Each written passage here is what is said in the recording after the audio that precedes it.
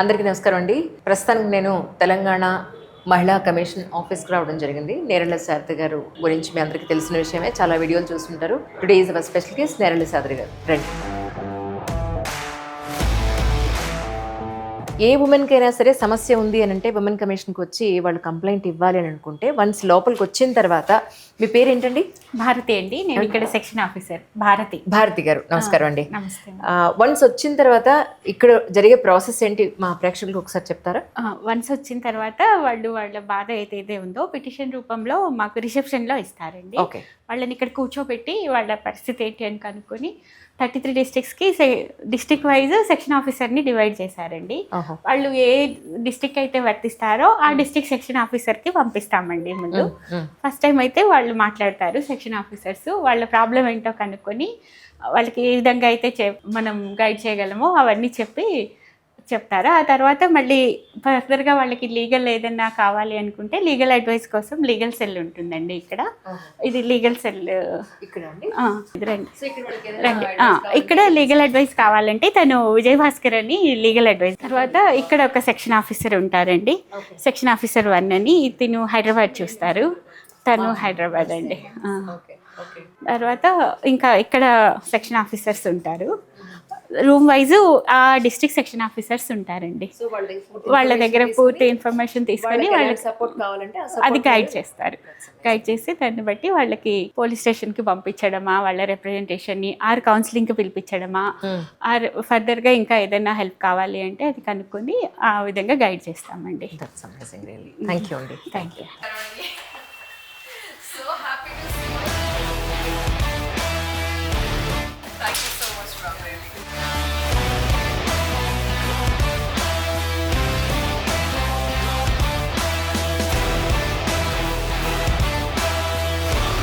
శారద గారు నమస్కారం అండి. నమస్కారం అండి. తను చూడగానే మీకేమనిపించింది? అంటే కాస్త జంక్ కూడా అనిపించింది. Every time your messaging me, calling మీ, నేను ఏదో ఒక రీజన్ చెప్తూ వెళ్తున్నాను. But it was not a reason, like it's a genuine cause. అందుకని చెప్పి 1 year 4 months పట్టింది మనకు. ఎంత కరెక్ట్ గా చెప్పారో. రియలీ దీన్ని బట్టి నాకు అర్థమైంది ఏంటంటే you are very punctual. Number 1, మీ ఏ పని చేసినా చాలా కాన్షియస్లో మీరు చేస్తారని నాకు అర్థమైంది. అంత పర్ఫెక్ట్గా చెప్పారు మీరు నిజంగా. మీ ఫస్ట్ వీడియో చూసినప్పుడు యాజ్ ఎ విమెన్ మీరు చాలా ధైర్యవంతులు, చాలా రెబల్ అనుకున్నాను. మీ నవ్వులో మీ కాన్ఫిడెన్స్ కనపడుతుంది నాకు యాక్చువల్లీ. మీ ఫ్యామిలీ నుంచి ఎవరు రాజకీయాల్లోకి రాకపోయినా మీకు రాజకీయాలలోకి రావడానికి ఒక అవకాశం వచ్చినా కూడా ధైర్యం చేయడానికి మెయిన్ కారణం అంటే ఏం చెప్తారండి? Service, just service. అంటే నేను ఇంతకు ముందు కూడా ఎవరు అడిగినా కానీ పొలిటికల్ అంటే అసలు పాలిటిక్స్ అంటే నాకు తెలియదండి. ఫర్ మీ పాలిటిక్స్ అంటే service. That's it. So service చేయడానికి ఒక మార్గం అనేది మనకు కావాలి. మైట్ బి డెస్టినీ అండ్ దేవుడే నాకు ఈ రూట్లో నువ్వు సర్వీస్ చేయమని పంపించినట్టున్నారు అనే విధంగా నేను తీసుకున్నాను. సో నేను ఏ స్టేజ్లో ఉన్నా, ఏ పొజిషన్లో ఉన్నా అక్కడ వరకు, అంటే ఆ పొజిషన్ని బట్టి ఎలా నేను సర్వీస్ చేయగలను పబ్లిక్కి అనే అంతవరకే ఆలోచిస్తాను. ఆ స్పెక్ట్రమ్ నుండి బయటకు వచ్చి చేసేటువంటి ఆలోచన చేయను. ఆ పొజిషన్లో ఉన్నప్పుడు ఎంతవరకు అంటే ఎవరు ఊహించలేనంతగా చేసి వదిలి వెళ్ళాలి అంతవరకే ఆలోచిస్తాను. రేవంత్ రెడ్డి గారు ఈ పొజిషన్కి శారదమ్మే కరెక్ట్ అని అనేంతగా అంత మంచి పేరు ఎలా సంపాదించగలిగారు అనేది అప్పటివరకు రాజకీయాలు లేకపోయినా దానికి సమాధానం మీలాంటి వారు చెప్పాలి, ఆ సమాధానం నేను చెప్పకూడదు. ఎందుకంటే నా పని నేను చేసుకుంటూ వెళ్తున్నాను. అది బయట నిజంగా ఎంతవరకు నేను సర్వీస్ ఇవ్వగలిగాను, పబ్లిక్ ఒపీనియన్ ఏంటి అనేది మీలాంటి వాళ్ళు చెప్తే నాకు ఇంకా మోటివేషన్ వస్తుంది, ఇంకా చేయాలి, ఇంకా కొత్త కొత్త విధానాలు ఏ రకంగా వెతకాలి, ఇంకా బాగా ఎలా చేయగలగాలి అనేటువంటి ఆలోచన మాత్రం డెఫినెట్గా ఎవ్రీడే పడుకునే ముందు ఒక ఆలోచన చేస్తూ ఉంటాను. ఇంకా నా నుండి కమిషన్కి ఏం చేయగలను, ఎలా చేయగలను, అది మాత్రం ఒక ఏమంటారు దాన్ని, ఏమనాలి, సర్చ్ అనేది. మిమ్మల్ని మీరు చెక్ చేసుకోవడం, డెఫినెట్గా ఇంతకన్నా బెటర్మెంట్ ఏం చేయగలరు, న్యూ రిఫార్మ్స్ ఎలా తీసుకురావాలి, రైట్. అన్నింటికన్నా మించి మిమ్మల్ని ఇంకా బెటర్గా ఎలా చేసుకోవాలనే ప్రయత్నమే నాకు ఎక్కువ కనపడుతుంది. ఈరోజు ఇంతే చేశాను, నన్ను రేపు ఇంతకన్నా మేము చేయాలని మిమ్మల్ని మీరే పరుగు పెట్టించుకునే తత్వం. అబ్సల్యూట్లీ. మీరు కమిషన్ పెట్టినప్పటి నుంచి యాజ్ ఆన్ టుడే వరకు విమెన్ ఇష్యూస్ చూసినప్పుడు మీరు ఫీల్ అయింది ఏంటండి యాక్చువల్లీ? అంటే మహిళ అనగానే ఇదివరకు ఎలా ఉండేది అంటే చదువు లేదు కాబట్టి ప్రాబ్లమ్స్ ఎదుర్కొంటున్నారు వాళ్ళు. కానీ ఈ సీట్లో కూర్చున్న తర్వాత తెలిసింది ఏంటంటే మీరు ఎంత చదువుకున్నా, మీరు ఎంత ఆర్థికంగా బలంగా ఉన్నా ప్రతి చోట ప్రాబ్లమ్స్ అనేవి డెఫినెట్గా ఉన్నాయి. సో దీన్ని బట్టి చదువుతో సంబంధం లేదు, ఆర్థిక స్వావలంబనతో సంబంధం లేదు. అంటే మీరు ఇంట్రోవర్ట్గా ఉన్న ప్రాబ్లమ్సే, మీరు ఎక్స్ట్రోవర్ట్గా ఉన్న ప్రాబ్లమ్సే, మీరు స్వేచ్ఛని ప్రాపర్గా యూజ్ చేసుకుంటున్న ప్రాబ్లమ్సే, స్వేచ్ఛగా లేకపోయిన ప్రాబ్లమ్సే. అంటే మీరు ఎలా ఉన్నా సరే ఏదో ఒక రకంగా ఇబ్బందికరమైనటువంటి పరిస్థితులు మాత్రం డెఫినెట్గా ఎదుర్కొంటున్నారు. దాని సొల్యూషన్ దిశగా మనం అందరం ఆలోచన చేయాల్సిన అవసరం చాలా చాలా అవసరం ఉన్నది.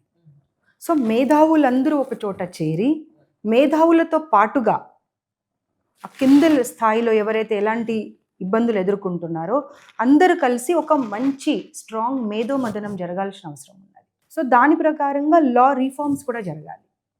అప్పుడు కాస్త ఏమైనా చేంజ్ అనేది వస్తుంది కావచ్చు.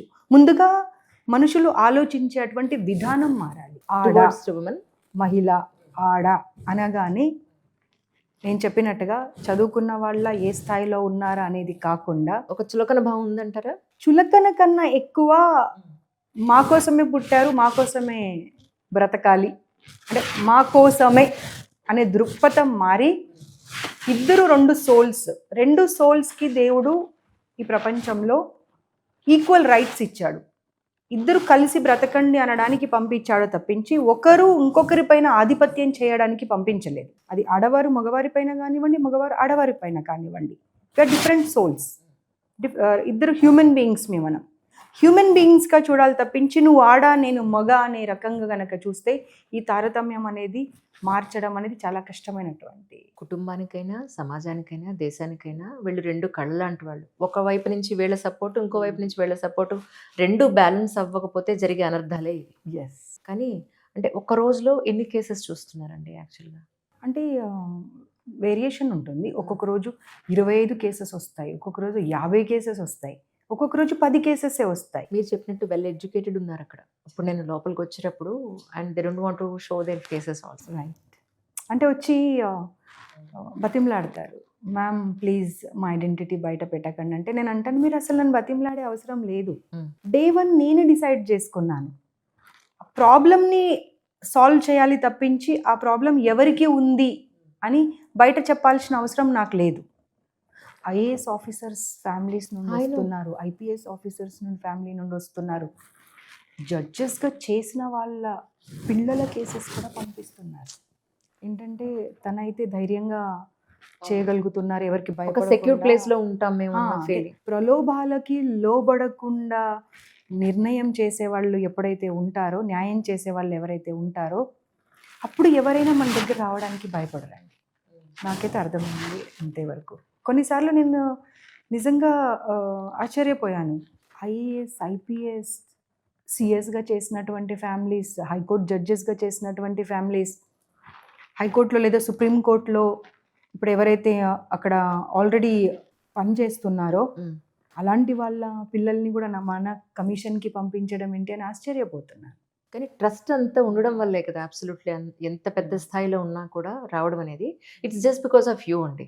అంటే మీ ఫేస్ వాల్యూతో రావడమే నేను అనుకోవడం. ఎందుకంటే మీరు మాట్లాడే విధానం కానీ ఇప్పటివరకు మీరు ఏవైతే ప్రోగ్రామ్స్ చేశారో, కార్యక్రమాలు ఏవైతే చేశారో, మాకు మేడం దగ్గరికి వెళ్తే న్యాయం జరుగుతుంది అనే వాళ్ళు వచ్చారని నేను నమ్ముతున్నాను. ఎందుకంటే ఇన్ని కోర్టులు ఉన్నాయి కదా, ఎన్ని పోలీస్ స్టేషన్స్ ఉన్నాయి కదా. బట్ కానీ ఇక్కడికి వస్తున్నారు అని అంటే there is a matter definitely. అంటే ప్రీవియస్ గవర్నమెంట్లో ఇప్పుడు ఈ ఉమెన్ కమిషన్ లేదండి, రేవంత్ రెడ్డి గారు వచ్చిన తర్వాత స్టార్ట్ అయిందని అనుకోవచ్చా మనం? లేదండి, అంతకుముందు కూడా 98లో యాక్ట్ వచ్చింది. 98 యాక్ట్ వచ్చింది, 99 పనిచేయడం లేదు. ఎవరి పరిధిలో వాళ్ళు పని చేసుకొని వెళ్ళి మనం ఎవరిని ఎప్పుడు తగ్గించకూడదు.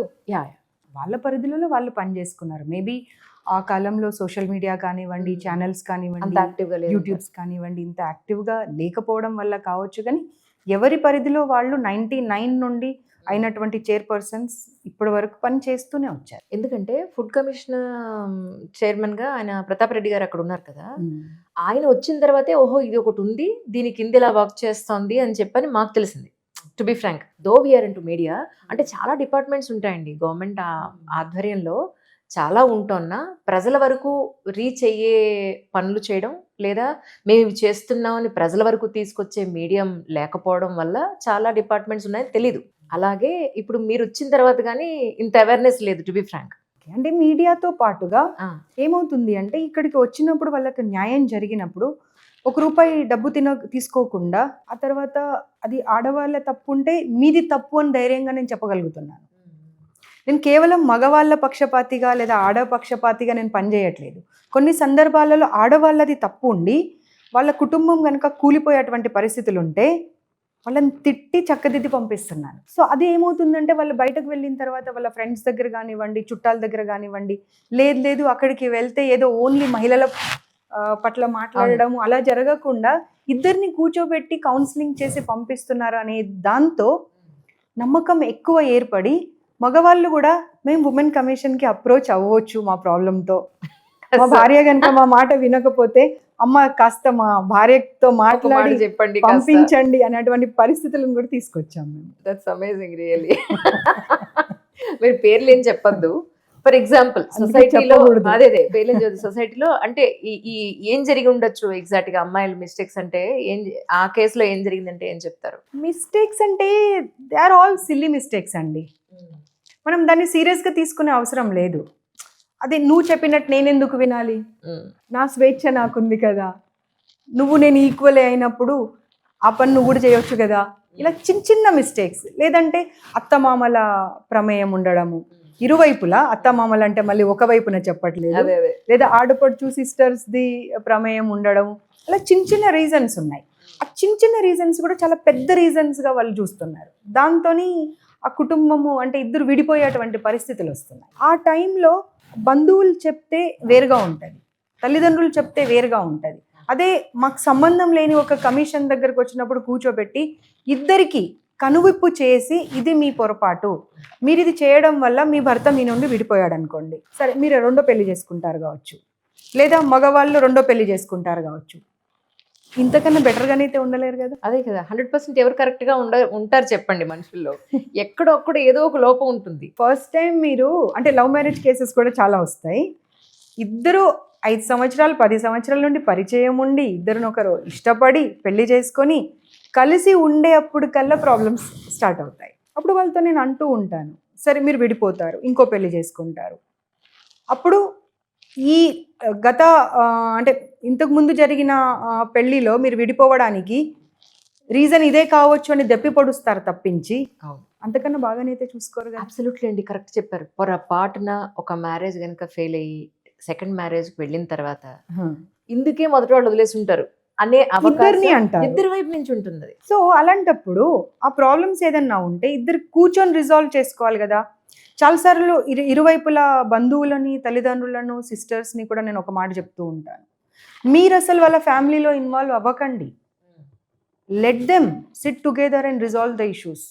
వాళ్ళు ఇద్దరు కూర్చున్నప్పుడే ప్రాబ్లం రిజాల్వ్ అవుతుంది తప్పించి మీరు ఎవరు అందులో జోక్యం చేసుకున్నా కానీ ఆ ఇష్యూ చిన్న ఇష్యూ పెద్దగా అవుతుంది తప్పించి అది సాధ్యం అవ్వదు కలిసి ఉండడానికి. సో అలాంటి కేసెస్ కూడా వస్తూ ఉంటాయి. కానీ మీ పెళ్ళి ఎన్నాళ్ళు అయిందండి? మళ్ళీ చైల్డ్ మ్యారేజ్ కింద పోతుంది. అప్పట్లో అలాగే నాకు ఇంటర్ అప్పుడు అయిపోగానే ఎంగేజ్మెంట్ అయింది. డిగ్రీ ఫస్ట్ ఇయర్లో హాలిడేస్లో పెళ్ళి అయిపోయింది. ఓహో, ఓకే. అంటే అంత చిన్న వయసులో అయిపోవడం అనేది మేబీ అడ్జస్ట్మెంట్కి దారితీసే అవకాశం ఉంటుందా? ఇన్నోసెన్సీలోనే చాలా ఏళ్ళు గడిచిపోయి ఉంటుందా? అంటే లక్కీగా నాకు మా ఫ్యామిలీలోనే కాబట్టి నాకు ప్రాబ్లం రాలేదు. అండ్ అప్పుడు ఏంటంటే ఆ 90sలో తల్లిదండ్రులు ఏది చెప్తే అది వినేవాళ్ళని తప్పించి మనకంటూ స్పెషల్గా హస్బెండ్ ఇలా ఉండాలి లేదా పెళ్ళి అదంతా ఆలోచించేటువంటి పరిస్థితిలో లేం మనం. కరెక్ట్.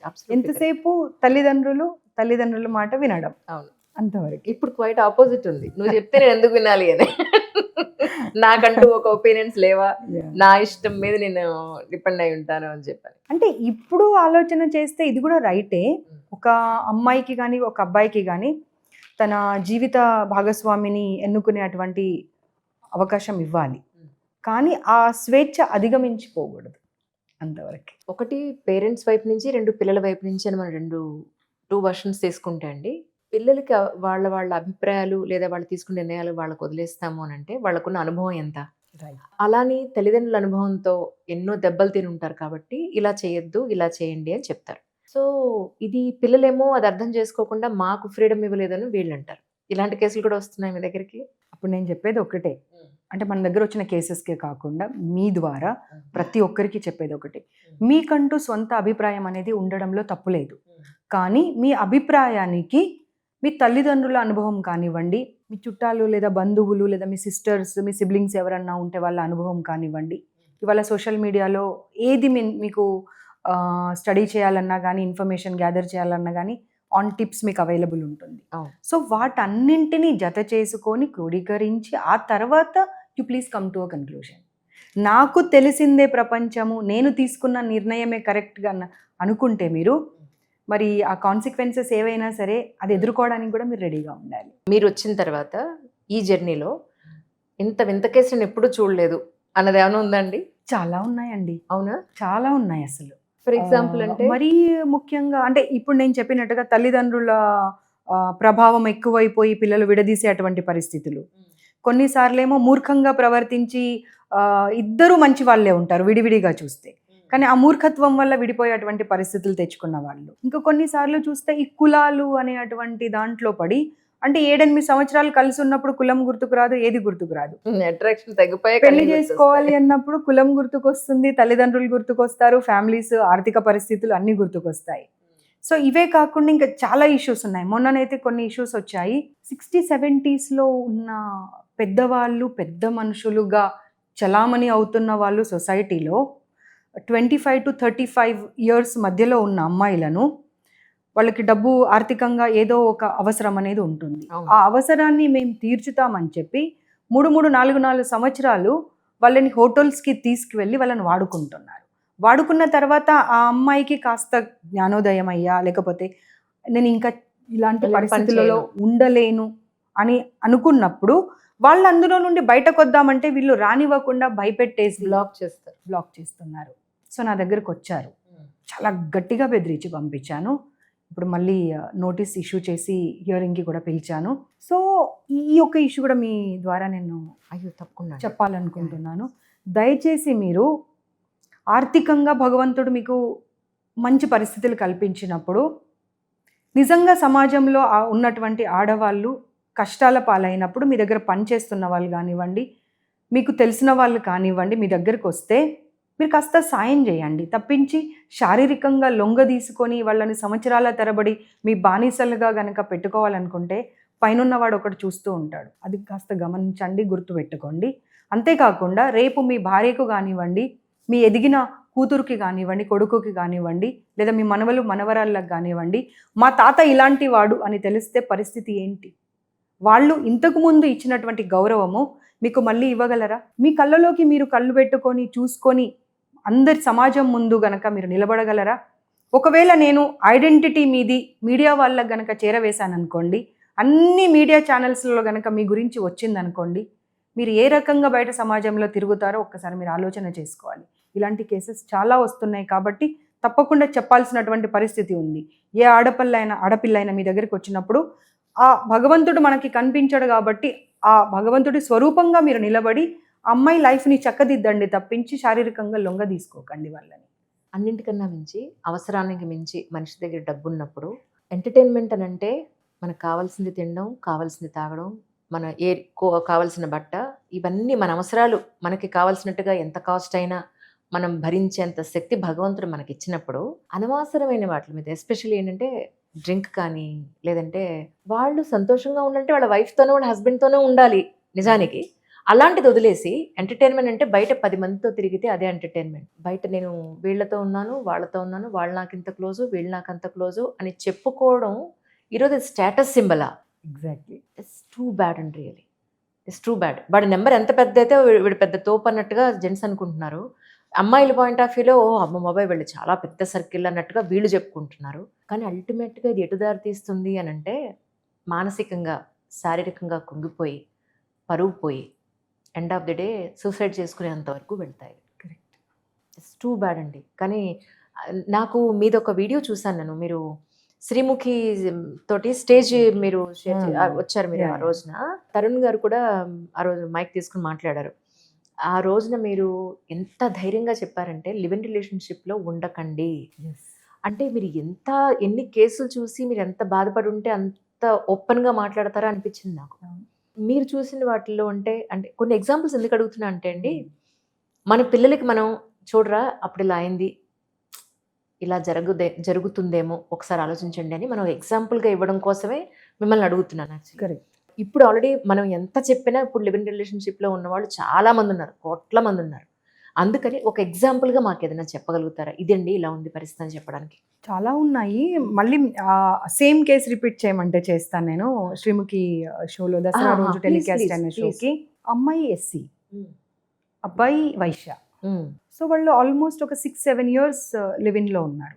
పెళ్లి చేసుకున్నారు గుళ్ళోకి వెళ్ళి. ఓహో. ఆవిడ ప్రెగ్నెంట్ అయ్యింది. 6 months ప్రెగ్నెన్సీలో అబ్బాయి వాళ్ళ ఫాదర్ తీసుకెళ్ళి ఎంగేజ్మెంట్ ప్లాన్ చేశారు సేమ్ కమ్యూనిటీలో. సో మా కమిషన్కి తెలిసింది. తెలియగానే నా వరకు వాళ్ళు చెప్పగానే ఇమ్మీడియట్గా మేము అక్కడ ఏసీపీకి కాల్ చేయడము, మా వాళ్ళని పంపించడము, ఫంక్షన్ హాల్లో ఎంగేజ్మెంట్ని ఆపించేసామన్నమాట. ఆగిపోయింది. రైట్. ఆగిపోయిన తర్వాత పిలిపించాను ఇద్దరిని ఇక్కడికి. అబ్బాయి వాళ్ళ ఫాదర్ సెంట్రల్ గవర్నమెంట్లో ఎంప్లాయీ. అబ్బాయిని పిలిపించాను. దాదాపుగా 3-4 hours కూర్చోబెట్టానండి. కూర్చోబెట్టి ఒక ఆడపిల్ల పరిస్థితి ఎలా ఉంటుంది అని అన్ని రకాలుగా ఎక్స్ప్లెయిన్ చేయడానికి ట్రై చేశాను. ఆ అబ్బాయి ఎలా చేసేసుకుని, ఆల్రెడీ ప్రెగ్నెంట్ అయింది కదా అమ్మాయి, అబ్బాయి కూడా ఇష్టం లేదా పెళ్లి చేసుకోవడం? ఇప్పుడు పెళ్లి చేసేసుకున్నాడు కాబట్టే అమ్మాయి అతనితో కలిసి ఉంది. ఓకే, రెండో పెళ్లి. కానీ ఇప్పుడు ఏమంటాడు అంటే మా తల్లిదండ్రులకు ఇష్టం లేదు కాబట్టి వదిలేస్తాడు, నేను ఈ అమ్మాయితో ఉండను. అయ్యో, మరి పోనీ ఆ అమ్మాయి ఒకవేళ నిజంగానే నీతో పాటుగా ఇంకేమన్నా చెడు అలవాట్లు ఉన్నాయా అంటే చాలా మంచి అమ్మాయి, పేరుకే ఆ కమ్యూనిటీలో పుట్టింది తప్పించి చాలా చాలా మంచి అమ్మాయి. అంటే కొంతమందిని మనం చూస్తూ ఉంటాము, అబ్బాయిలు అమ్మాయిలు 2-3 రిలేషన్స్లలో ఉంటారు. అవును. అలా కాకుండా 100% ఒక వైఫ్గా నీకోసమే బ్రతుకుతున్నటువంటి అమ్మాయిని కేవలం ఇవాళ మీ ఇద్దరి కులం ఒకటి కాదు కాబట్టి నాకు ఈ అమ్మాయి వద్దు అని అంటే 3-4 hours కూర్చోబెట్టి ఎంత చెప్పినా కానీ మా ఫ్యామిలీ ఒప్పుకోదు, నేను చేసుకోను అంటే, అరే బాబు నీ తల్లిదండ్రులను పిలుస్తాను ఇక్కడికి, నీ తల్లిదండ్రులతో మాట్లాడతాను అంటే వాళ్ళ అడ్వకేట్ వచ్చాడు. అడ్వకేట్కి చెప్తే కూడా అడ్వకేట్ అనేది వేరు, నీ ప్రొఫెషన్ వేరు, కానీ ఎండ్ ఆఫ్ ద డే నువ్వు ఒక తండ్రివి. అవును కదా, ఒక హ్యూమన్ బీయింగ్. కరెక్ట్.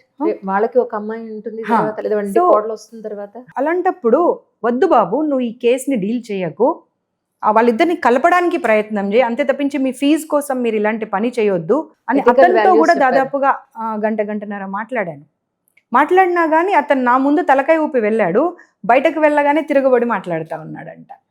సో ఆ కేసులో వాళ్ళని జైలుకి పంపించడం జరిగింది.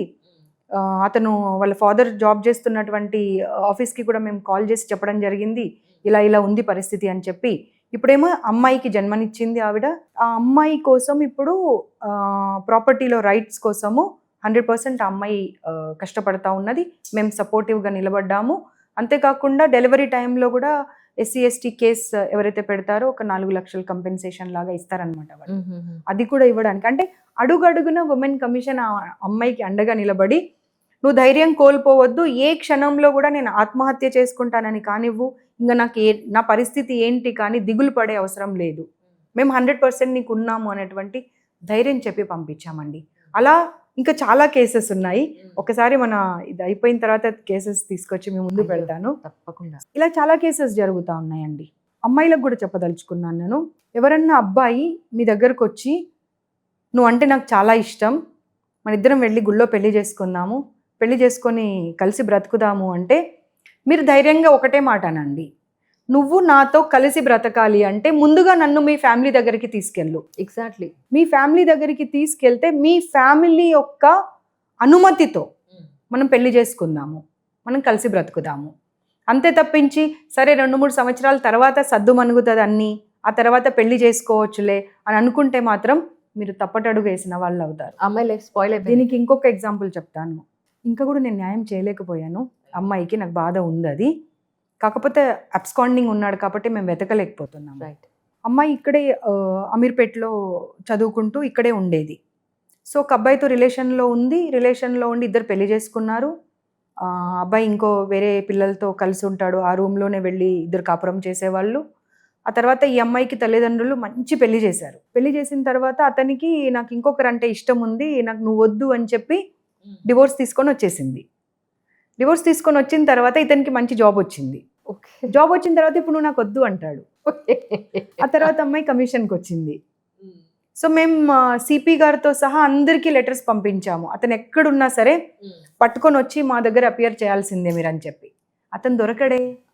నాకు మనస్ఫూర్తిగా ఆ అమ్మాయికి న్యాయం చేసి వాళ్ళిద్దరూ మళ్ళీ కలిసి బతికే అటువంటి పరిస్థితి తీసుకురావాలని నాకు ఉంది.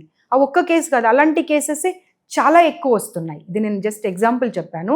బట్ అలా కలిసి ఉండి వాళ్ళ తల్లిదండ్రులను కాదని, నిజంగా మళ్ళీ ఇంకొక పెళ్లి చేస్తే ఆ పెళ్లి కాదనని వీళ్ళ కోసమే తిరిగి వచ్చిన వాళ్ళను, వీళ్ళ స్థితిగతులు బాగుపడ్డ తర్వాత మంచి జాబ్లో సెటిల్ అయిన తర్వాత ఇంకా నువ్వు నాకు వద్దు, మా తల్లిదండ్రులు చూసి పెళ్లి చేస్తా అన్న అమ్మాయినే నేను పెళ్లి చేసుకుంటా అన్నప్పుడు ఈ అమ్మాయిలు ఏం చేయాలో అర్థం కావట్లేదు. అబ్బాయి పర్మనెంట్ అడ్రస్ ఉండట్లేదు, వెతికి పట్టుకోవడం మాకు కష్టం అవుతుంది. అమ్మాయికి కాస్త బాధ ఉండవచ్చు, మ్యామ్ దగ్గరికి వెళ్ళినా కానీ ఇంకా తీసుకొని రావట్లేదని, కానీ అబ్బాయిని పట్టుకోవడం కూడా మాకు కష్టం అవుతాం. కరెక్ట్. సో ఇలాంటి కేసెస్ చాలా ఎక్కువ ఉన్నాయి. అనుకుంటాం ఆధార్ కార్డు, పాన్ కార్డు అని, కానీ ఎవరు అప్డేటెడ్గా అడ్రస్లు ఏం పెట్టట్లేదు, అందులో ఎప్పుడో అడ్రస్లు పెట్టేస్తున్నారు. అండ్ కొన్ని కేసెస్లో పోలీస్ డిపార్ట్మెంట్ కూడా సపోర్ట్ ఎక్కువగా అమ్మాయిలకు ఉండాల్సిన అవసరం ఉన్నది. వాళ్ళని నేను బ్లేమ్ చేయను, నెగటివ్గా మాట్లాడను, కానీ సపోర్ట్ అనేది కొన్నిసార్లు తగ్గిపోయినప్పుడు కూడా అమ్మాయిలు ఇబ్బంది పడేటువంటి పరిస్థితి ఉంది. ఒక అమ్మాయిగా మీ దగ్గరికి వచ్చినప్పుడు వాస్తవం ఏంటో కనుక్కోండి. కనుక్కున్న తర్వాత నిజంగా ఈ అమ్మాయి వైపున న్యాయం ఉంది అనుకుంటే వాడు ఎక్కడున్నా సరే పట్టుకొచ్చి కూర్చోబెట్టి పెళ్లి చేసి పంపేయండి తప్పించి, అబ్బాయి తరఫున వాళ్ళు ఏదన్నా ప్రలోభాలకు మిమ్మల్ని గురి చేయాలనుకుంటే కూడా ప్లీజ్ సపోర్ట్ చేయకండి. ఇదొక రిక్వెస్ట్ మాత్రం ప్రతి ఒక్కరికి చెప్పాలనుకుంటున్నా. ట్రూ. అంటే ఇప్పుడు సోషల్ మీడియాలో ఇప్పుడు కల్పన గారు వచ్చి కింద ఎలా పడితే అలా కమెంట్స్ పెడుతున్నారండి అని చెప్పని మీతో షేర్ చేసుకుంటే, అంటే వాటికి ఎలా మనం న్యాయం చేయగలుగుతాం? ఎందుకంటే ఎవరెవరో ఎక్కడెక్కడి నుంచో నానా బూతులు పెడుతున్నారు కింద. సో దీన్ని ఎలా మీరు రెక్టిఫై చేయగలుగుతున్నారు? ఇది యాక్చువల్గా చాలా పెద్ద సబ్జెక్ట్. ఇది కంప్లీట్గా ఒక కమిషన్ పరిధిలో రాదు. నా పరిధిలో కనుక వచ్చుంటే ఈ పాటికే నేను ఇచ్చిన గైడ్ లైన్స్తో అన్ని చక్కదిద్ది పెట్టేదాన్ని, కానీ 100% మన పరిధిలో రావు. రైట్. కాబట్టి అది దానిపైన యాక్చువల్గా చర్చ బాగా జరుగుతూ ఉన్నది. నిన్న కూడా నేను ఒక చోట మాట్లాడి రావడం జరిగింది. ఒక రౌండ్ టేబుల్ కాన్ఫరెన్స్ మేము ప్లాన్ చేసాము. గ్రామ పంచాయత్ ఎలక్షన్స్ వల్ల మేము చేయలేకపోయాము. ఇప్పుడు పాసిబిలీ ఈ మంత్ ఎండ్ లోపు అవుతుందా, లేకపోతే ఫస్ట్ వీక్ ఆఫ్ జాన్లో అవుతుందా, దాన్ని అంటే ఇది ఒక స్టేట్ లెవెల్లో చేసే అటువంటి నిర్ణయం కాదు. ఇది యూనియన్ గవర్నమెంట్ లెవెల్లో తీసుకోవాల్సినటువంటి నిర్ణయము. కొన్ని లిమిటేషన్స్ అనేవి వాళ్లే పెట్టి, ఎవరైనా కంటెంట్ క్రియేటర్స్ కానివ్వండి, సోషల్ మీడియాలో ఏదైనా పోస్ట్ చేయాలనుకుంటే కానివ్వండి, కొన్ని గైడ్ లైన్స్ ఇష్యూ చేస్తే తప్పించి ఇది కంట్రోల్ అవ్వదండి. అవును. అంటే ఎవరికి ₹1 మీరు పే చేయాల్సిన అవసరం లేదు. మీరు మీ రూమ్లో కూర్చొని ప్రశాంతంగా మీకు ఇష్టం వచ్చింది ఏదంటే అది మాట్లాడి పోస్ట్ చేసే అటువంటి పరిస్థితి ఉంది. అది ఉండకూడదు. ఒక ఫిల్దీ లాంగ్వేజ్ మాట్లాడినా, ఒక తప్పుడు మాట మాట్లాడినా అది ఇమ్మీడియట్గా క్యాప్చర్ అయ్యి అది ఇమ్మీడియట్గా ఆటోమేటిక్గా బ్లాక్ అయ్యేటువంటి పరిస్థితి కనుక తీసుకొచ్చామనుకోండి మనము, వాళ్ళు ఎవరు ఐడెంటిఫై చేసి వాళ్ళకి ఫైన్ వేయడం కానివ్వండి, లేకపోతే కొంతకాలము జైలు శిక్ష కానివ్వండి వేయడము, అలాంటి ఏమైనా నిర్ణయాలు తీసుకుంటే తప్పించి దీన్ని కంట్రోల్ చేయడం చాలా కష్టం అవుతుంది. మీది ఒక ఇంటర్వ్యూలో చూసాను, యాక్చువల్లీ 18 ఏళ్ల నుంచి there is no age limit for that. ఎవరైనా వచ్చి వాళ్ళకి జరిగిన సమస్యని, వాళ్ళకున్న ఇబ్బందిని ఇక్కడ చెప్పచ్చు అని చెప్పని. అంటే మీరు కోర్టు వరకు తీసుకువెళ్ళి వాళ్ళకంటూ ఒక దారి చూపించి వదిలేయడం వరకేనా, లేకపోతే ఒక సపోర్ట్ సిస్టమ్ వరకు ఇవ్వడం వరకేనా? అంటే ఎంత ఎక్స్టెండ్ వరకు వెళ్తుంది ఉమెన్ కమిషన్ అంటే? అంటే దీంట్లో కూడా మళ్ళీ మీరు ఒక విషయం అందరికీ తెలియాల్సిన అవసరం ఉన్నది. ఓన్లీ కమిషన్లో మీరు కేసు రిజిస్టర్ చేసి మా వరకే మీరు ఉన్నారనుకోండి, ఎండ్ వరకు మేము మీతో సపోర్టివ్గా ఉండి మీకు న్యాయం చేసే వరకు ఉంటాము. ఈవెన్ మీ లైఫ్లో మళ్ళీ ఏ దశలో ఎలాంటి ప్రాబ్లం వచ్చినా కానీ కౌన్సిలింగ్కి కానివ్వండి, కమిషన్కి అప్రోచ్ కానివ్వండి మీరు కావచ్చు. కానీ చాలా వరకు ఏం చేస్తున్నారంటే, మీరు అన్నట్టుగా టీవీలో చూడడము లేదా సోషల్ మీడియాలో కమిషన్ గురించి చూసి హైకోర్టులో, సుప్రీంకోర్టులో కేసెస్ ఉన్న వాళ్ళు కూడా మళ్ళీ మా దగ్గరకు వస్తున్నారు. 10 years 15 years వెయిట్ చేసి లైఫ్ అంతా గడిచిపోయిన తర్వాత ఇప్పుడు ఏం చేయాలా, 45 వచ్చాయి, 40 వచ్చాయి, నాకు కొత్త మళ్ళీ పెళ్లి చేసుకునే పరిస్థితి లేదు, లేదా వేరే ప్రొఫెషన్ వెతుక్కునే పరిస్థితి లేదు అనేటువంటి కేసెస్ వస్తున్నాయి. కానీ ఆ కేసెస్లో మేము ఇన్వాల్వ్ కాకూడదు. ఎందుకంటే ఒక కోర్టులో ఉన్నప్పుడు ఇంకొక క్వాజీ జ్యుడిషియరీ, ఇంకొకరం అందులో ఇన్వాల్వ్ అయ్యేటువంటి పరిస్థితి లేదు. కాబట్టి హైకోర్టులో ఉన్న, సుప్రీంకోర్టులో ఉన్న, ఇంకొక కోర్టులో ఉన్నప్పుడు మా పరిధి చాలా తక్కువ ఉంటుంది. మేము జస్ట్ మీకు గైడ్ చేసి పంపించగలము, ఇది చేయండి అని తప్పించి మేము కేస్ని డైరెక్ట్గా ఇన్వాల్వ్ అవ్వలేమన్నమాట. Apart from this, Nerella Sharada గారు అని అంటే ఉమెన్ కమిషన్ చైర్మన్ అయినా ఇంకేమన్నా ఉన్నాయా అంటే ఏం చెప్తారు? ఒక మదర్ని, ఉమెన్ కమిషన్ చైర్పర్సన్ని, అంతకు మించి అంటే నా ప్రపంచము ఆఫీస్ టు హౌస్, పిల్లలు, భర్త, సంసారం, అంతవరకే. అపార్ట్ ఫ్రమ్ దిస్ అంటే చాలా మంది ఈ ప్రపంచం కాక మాకు ఇంకొక ప్రపంచం ఉందండి అని చెప్తూ ఉంటారు. సో అందుకని అడిగాను నేను మిమ్మల్ని. అసలు నాకు వేరే ప్రపంచమే లేదండి. ఒకటి ఫ్యామిలీ, 2 జాబ్ అంతే. అంతవరకే. భగవంతుడు నమ్ముతారా మీరు అంటే ఏం చెప్తారు? ఒకవేళ 100% ఉన్నారు అంటే 1000% నమ్ముతాను. అంత భగవంతుడిని నమ్ముతాను. ఏదైనా దైవ నిర్ణయం ప్రకారమే జరుగుతుంది అని నమ్మే వ్యక్తులలో నేను ఒక వ్యక్తిని. మీ నవ్వులో మీ లైఫ్ ఎంత సాటిస్ఫైడ్గా ఉంది అనేది చాలా క్లియర్గా అర్థమవుతుంది ఎవరికైనా సరే. లేదండి ఇంకా నాకు చాలా ఉంది సాధించాల్సింది, లేదా ఇంకా ఇవన్నీ ఉన్నాయండి అని అనిపించిన సిచ్యువేషన్స్ అంటే ఏం చెప్తారు? అంబిషియస్గా ఉండాలి, బట్ టూ అంబిషియస్గా లేకపోతే మనల్ని మనం బాధ పెట్టుకునే విధంగా ఉండకూడదు అనేది నేను నమ్ముతాను. Whatever you have, be happy in that. దాంట్లోనే మనం 10 మందికి మంచి చేయడానికి ప్రయత్నం చేసామనుకోండి, మనం ఏ రోజు కూడా డిప్రెస్ అవ్వడానికి కానివ్వండి, సాధించలేదు అనడానికి కానివ్వండి, మనకు బాధ అనేది ఉండదు. మీరు అన్నారు కదా యూ లుక్ హ్యాపీ అని. ఎందుకు అని అంటే దేవుడు ఏమి ఇచ్చాడో దాంట్లో హ్యాపీగా ఉంటాను తప్పించి ఇది రాలేదు అని అంటే సందర్భాలు ఉంటాయి. ప్రతి వ్యక్తి లైఫ్లో ఆ సందర్భాలు ఉంటాయి. అరే మనం ఇది ఉంటే బాగుండు, అది ఉంటే బాగుండు, కానీ అది కొన్ని క్షణాల కోసమే ఉండనిస్తాను నేను. ఆ తర్వాత ఇమ్మీడియట్గా మళ్ళీ దాంట్లో నుండి బయటపడి నో, ఇది కూడా లేని వాళ్ళు చాలామంది ఉన్నారు ఎగ్జాక్ట్లీ అని చెప్పి నన్ను నేనే మళ్ళీ రీకన్సైల్ చేసుకొని ఐల్ గో హెడ్. కానీ ఇంత చక్కగా నవ్వే నేరెళ్ళ శారద గారికి నిజంగా కన్నీళ్ళు వచ్చిన సందర్భం ఉందా ఎప్పుడైనా అంటే ఏం చెప్తారు? అయ్యో మీకు తెలియదండి, ప్రతి కౌన్సిలింగ్లో ఏడుస్తాను. So sweet really. అసలు ఆ అమ్మాయిలు వచ్చి ఏడుస్తూ ఉంటే వాళ్ళతో పాటు నేను ఏడ్చేస్తాను.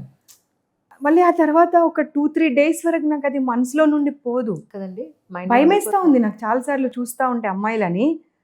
అసలు వీళ్ళ జీవితం ఇలా అయిపోతుంది, ఎలా వీళ్ళకు ఒక మార్గం అనేది ఎలా చూపెట్టడము, ఇంకా రాను రాను పరిస్థితులు ఇంకా ఎంత దారుణంగా ఉంటాయని చెప్పి కౌన్సిలింగ్లో ఏడ్చిన సందర్భాలు చాలా ఉన్నాయి. మా మెంబర్స్ తర్వాత మా ఆఫీస్ స్టాఫ్ కూడా వచ్చి అంటూ ఉంటారు, మ్యామ్ మీరు ఇంత సెన్సిటివ్ ఉంటే కష్టమైపోతుంది అని చెప్పి. తిట్టే అప్పుడు మళ్ళీ గట్టిగా తిట్టేస్తాను వాళ్ళను, దానికి కూడా మళ్ళీ వెనకాడను, భయపడను, బాగా తిట్టేస్తాను. అంటే ఒకవేళ నన్ను తిట్టడం వల్ల వాళ్ళ జీవితం బాగుపడుతుంది అనుకున్నప్పుడు ఖచ్చితంగా తిట్టేస్తాను. ఇద్దరిని తిట్టి కూర్చోబెట్టి ఇంకొకసారి మూర్ఖంగా ప్రవర్తిస్తే బాగుండదని చెప్పి పంపిస్తాను. మీరు సిఏ చేశాను విన్నానండి, కరెక్టేనా? సిఏ ఇంటర్ చేశాను. ఓకే. బట్ అంటే నాది చెప్పాను కదా మీకు, ఇంటర్ తర్వాత పెళ్ళి, గ్రాడ్యుయేషన్లో. సో తర్వాత మళ్ళీ సూపర్విజ్ వెళ్ళి అక్కడనే సిఏ చేశాను విజయవాడలో. ఇంటర్ తర్వాత ఇంకా పెళ్ళయ్యాక తెలుసు కదండి ఇది సరిపోయింది మొత్తం అంతా. హిందీ పండిట్ చేశాను, LLB 4 సెమ్స్ చేసి 2 సెమ్స్ కంప్లీట్ చేయలేకపోయాను. సో ఇలా ప్రతిదీ డిస్కంటిన్యూడ్ లాగా ఉంది. తర్వాత ఎప్పుడు ప్రయత్నించలేదు కంప్లీట్ చేద్దామని మీరు? సిఏ చేయడం అయితే కష్టం. LLB అంటే ఓకే కంప్లీట్ చేసుకోవచ్చు. సిఏ అంటే మళ్ళీ అది కమిటెడ్గా మనం దానికోసమే కూర్చుంటే తప్పించి మనం చేయలేం. Correct correct, absolutely. అండ్ నాకు తెలిసి ఇప్పుడు 50sలోకి వచ్చాక మళ్ళీ సిఏ అంటే మీరు 50sలో ఎక్కడా కనిపించట్లేదు. 40sలో ఉన్నారంటే నమ్మదా, మీరు 10 years బ్యాక్ ఉన్నారని అనుకోవాలి మీరు. అది వద్దులేండి. కాదండి, నాకు ఒకరోజు పెద్ద అన్నారు మాట, మనం 70లో ఉన్నా 80లో ఉన్నా అంజలి, నేను అమ్మో ఇంట్లో వచ్చానా అని అనుకుంటే ఏది చేయలేము. జస్ట్ ఐఎమ్ 35-40 అంతే, నేను ఏదైనా చేయగలను అని అనుకోవాలి ఎప్పుడు. సో అప్పుడు అది మనకు చాలా ఎనర్జీ ఇస్తుంటుంది. అంటే ఈ విషయానికి వస్తే మళ్ళీ I compete with my children.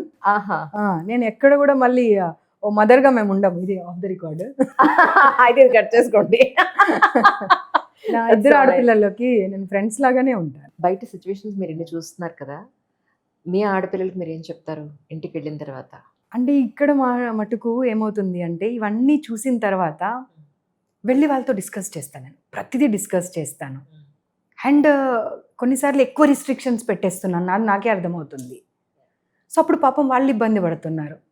అమ్మ బయట సిచ్యువేషన్స్ బాగాలేవని చెప్పి నువ్వు ఎక్కువ రిస్ట్రిక్షన్స్ పెడితే మా పైన నా పరిస్థితి అలాగే ఉంది. మేము మా లైఫ్ని ప్రాపర్గా లీడ్ చేయలేకపోతున్నాము, నీ భయంలో మమ్మల్ని భయంలో పెట్టేస్తున్నావు అనేటిది మటుకు మా మధ్యలో డిస్కషన్ వస్తూ ఉంది. సేమ్ అండి. అంటే మీ దగ్గరికి ఇప్పుడు ఎలా అయితే కంప్లైంట్స్ ప్రపంచాన్ని చూస్తున్నారో, మీ వీఆర్ ఇంటూ మీడియా ఇలాంటి కేసులు చాలా దగ్గరగా చూస్తూ ఉంటాం.